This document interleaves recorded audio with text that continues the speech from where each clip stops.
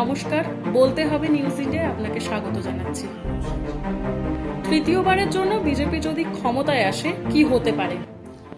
প্রথম কথা হচ্ছে যে হাইকোর্ট যে রায়টা দিল ইদানিংকালে, যখন অভিজিৎ গঙ্গোপাধ্যায় যখন বিচারপতি ছিলেন, তখন উনি 16 সালের যে প্যানেলের 32,000 চাকরি একটা প্লেনের খোঁচায় কিন্তু শেষ করে দিলেন। অর্থাৎ 32,000 ছেলে মেয়ের ভবিষ্যৎ কিন্তু নষ্ট করে দিলেন। পরবর্তীকালে আমরা দেখলাম যে হাইকোর্টের ডিভিশন বেঞ্চ দেবাংশু বসাক তিনি রায় দিলেন, প্রায় 26,000-এর মতো ছেলে মেয়ের চাকরি চলে গেল। অর্থাৎ বিজেপিরা যদি তৃতীয়বারে ক্ষমতায় আসে তাহলে কিন্তু বিচার ব্যবস্থা বলে কিছু থাকবে না। যেমন একটা উদাহরণ আপনাকে দিচ্ছি যে সুপ্রিম কোর্ট একটা নির্দেশ দিয়েছিল বিশ্বাসের উপরে নির্ভর করে, যে রাম নাকি হচ্ছে অযোধ্যায় বাবরি মসজিদের ওই জায়গাটাতে নাকি জন্মেছিলেন। তাই সেই বিশ্বাসের উপরে ভর করে রঞ্জন গগৈ রায় দিয়েছিলেন যেটা হচ্ছে রামের জন্মস্থান, এবং ওটা পরবর্তীকালে সেই বাবরি মসজিদটাকে ভেঙে ঐতিহাসিক একটা সৌধ সেটাকে ভেঙে ওখানে রাম মন্দির তৈরি হলো। এটা বিশ্বাসের উপরে তো কোনো রায় হতে পারে না। এবং আজকের দিনে যে দেবাংশু বসাক যে রায়টা দিলেন, প্রায় 26,000 ছেলে মেয়ের পেটে কিন্তু লাথি মারলেন।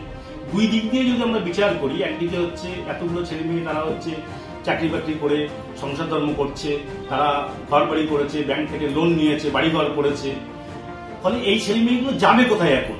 মানবিক দিক দিয়ে যদি দেখি তাহলে সেটা হচ্ছে একটা বিরাট প্রশ্ন।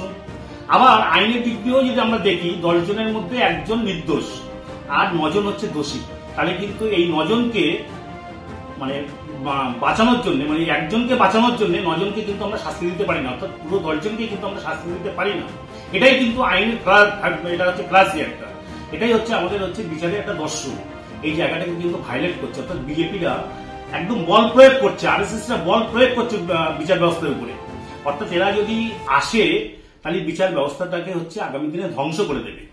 2 নম্বর হচ্ছে এরা বলছে যে একদলীয় শাসন, এক নেতা, এক হচ্ছে দল, এক ভাষা, এক সংস্কৃতি, এই কথাটা ওরা বলছে না বিজেপি ওরা। আসলে ওরা বলতে চাইছে যে বহুদলীয় সংসদীয় গণতন্ত্র ব্যবস্থাটাকে ওরা ভেঙে দিতে চাইছে। অর্থাৎ বহুদলীয় সংসদীয় গণতন্ত্রটা ভাঙার মধ্যে দিয়ে ভারতবর্ষের যে সংবিধান, ভারতবর্ষের যে গণতন্ত্র সেটাকে ভেঙে দেওয়া, সংবিধানটাকে ধ্বংস করে দেওয়া। অর্থাৎ ভারতবর্ষে আর কোনো দল থাকবে না, একমাত্র বিজেপিরাই থাকবে। সিপিএম থাকবে না, কংগ্রেস থাকবে না, সিপিআই থাকবে না, আপ থাকবে না, অখিলেশ যাদবরা থাকবে না, তেজস্বী যাদবরা থাকবে না, কেউ থাকবে না। ভারতবর্ষে একমাত্র বিজেপিরাই সরকারে থাকবে। আর কোনো নির্বাচন ওরা করবে না 50 বছরের মধ্যে, 100 বছরের মধ্যে। ভারতবর্ষে যা চুরি চামারি ডাকাতি সবকিছু ওরাই করবে। কারণ আপনারা দেখুন যে একটা দুর্নীতির একটা লিস্ট বেরিয়েছে ভারতবর্ষে, তার মধ্যে আসামের মুখ্যমন্ত্রীর নাম বেরিয়েছে, হেমন্ত বিশ্ব শর্মার নাম বেরিয়েছে, আমাদের পশ্চিমবাংলায় শুভেন্দু অধিকারীর নাম বেরিয়েছে, নারায়ণ রানে ওর নাম বেরিয়েছে, হচ্ছে ইয়াদুরপ্পার নাম বেরিয়েছে।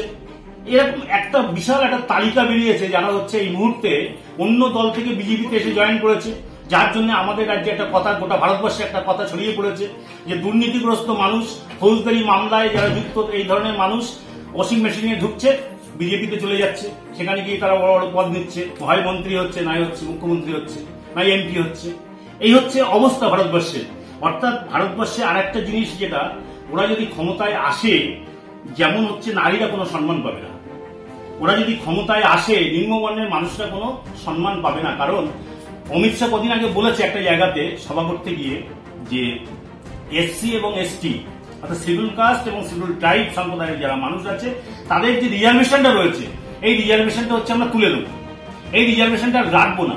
তার মানে এসসি এবং এসটির কোটায় কিছু সুবিধা তারা তো পায়, সরকারি সুযোগ সুবিধা তারা তো পায়।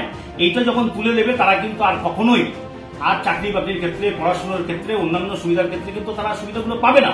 ফলে এই সমস্ত মানুষগুলো বঞ্চিত হবে।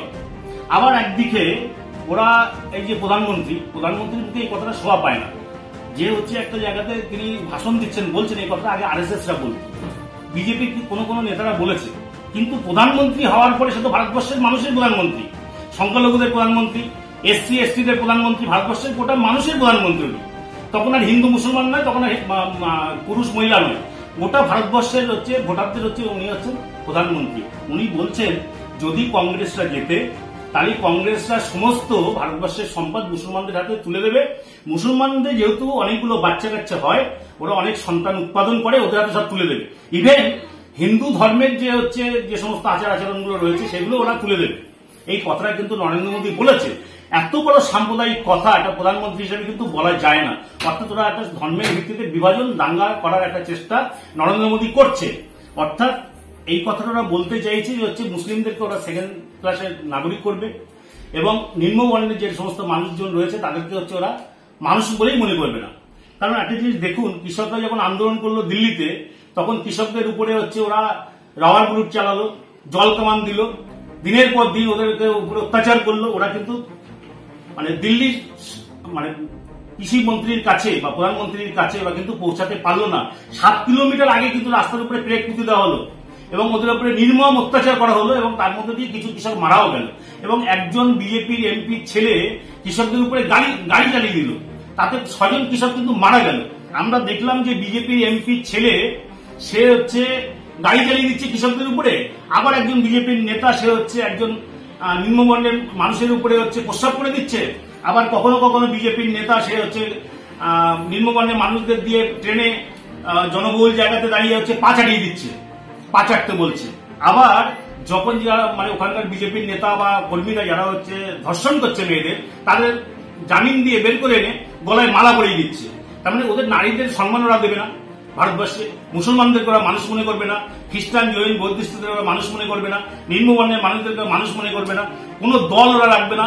অর্থাৎ ভারতবর্ষটাকে ইসরায়েল বানাতে চাইছে ওরা। আসলে ভারতবর্ষটাকে হচ্ছে ওরা নরক বানাতে চাইছে। যেমন আসামটাকে নরক বানিয়ে দিয়েছে, যেমন মণিপুরটাকে নরক বানিয়ে দিয়েছে, উত্তরপ্রদেশটাকে ওরা নরক বানিয়ে দিয়েছে।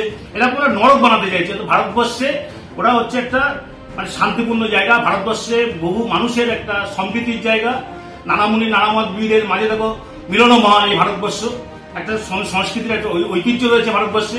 সেই ভারতবর্ষটাকে ওরা হচ্ছে শ্মশানে পরিণত করতে চাইছে। সেই কারণের জন্যই ভারতবর্ষের মানুষ এই জল্লাদ নরেন্দ্র মোদীকে আর চাইবে না তৃতীয়বারের জন্য আর প্রধানমন্ত্রী হোক। তাহলে প্রধানমন্ত্রী হিসেবে কাকে চাইবেন? প্রধানমন্ত্রী হিসেবে আমরা এই মুহূর্তে ওটা নিয়ে ভাবছি না কিছুই। কারণ ভারতবর্ষে বিজেপি বিরোধী সমস্ত দলগুলোকে এক জায়গায় করার ক্ষেত্রে আমাদের রাজ্যের মাননীয় মুখ্যমন্ত্রী শ্রীমতী মমতা বন্দ্যোপাধ্যায় তার একটা অগ্রণীয় ভূমিকা আমরা লক্ষ্য করেছি। যে ভারতবর্ষের মধ্যে যতগুলো অবিজেপি বিরোধী শক্তি রয়েছে তাদেরকে তিনি একটা জায়গায় করেছেন এবং বিজেপির বিরুদ্ধে ঐক্যবদ্ধভাবে লড়াই একটা চলছে। এবং এই দলগুলো 24 সালের নির্বাচনের ফল বেরোনোর পরে এক জায়গায় বসবেন এবং এর মধ্যে থেকে নিশ্চিতভাবে যোগ্য একজনকে প্রধানমন্ত্রী হিসেবে বেছে নেবেন।